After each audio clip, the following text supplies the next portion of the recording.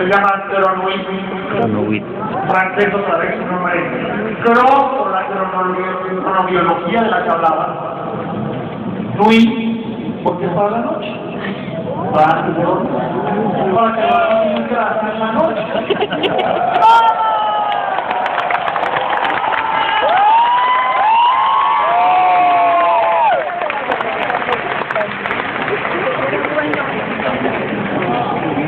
Voy a ver. Nos lo va a traer la suerte. Nos va a traer a su hermano mayor.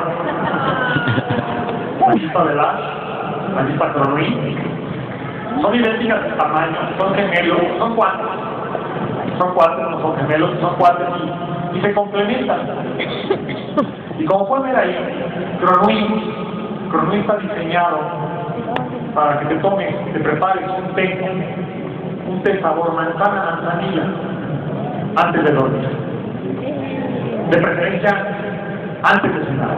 Justo antes de que empieces tu cena, recomendamos que te tomes un sobre de Cronuit. Les voy a mostrar. ¿Quién de los sobres?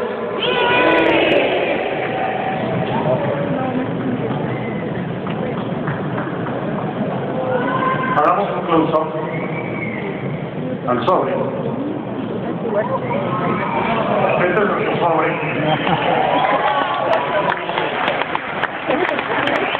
Igual que en el caso de Velash, tú puedes llevar a lo que quieras, no pesa, lo puedes poner en tu bolsa, lo puedes preparar con cualquier agua. De preferencia, puede ser agua fría o caliente. Si te gusta el té caliente, adelante. Si te gusta el té frío, adelante. No importa, no importa. Lo importante es que te lo tomes antes de cenar, antes de dormir. Estos son nuestros nuevos sobres. Este es el nuevo producto. Se pronuncia, no soy francés, ni hablo francés, pero Cronuit. Cronuit. Así como Velash, no Velash, o Velash, Velash. Así me corrigieron en Francia. Bueno, Cronuit. A ver, practiquemos. Cronuit. No, está increíble, lo estoy repitiendo. Una vez más, todos al unísono. 1, 2, 3.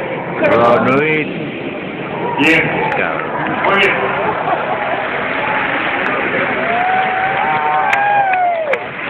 Y la T de vitamina C.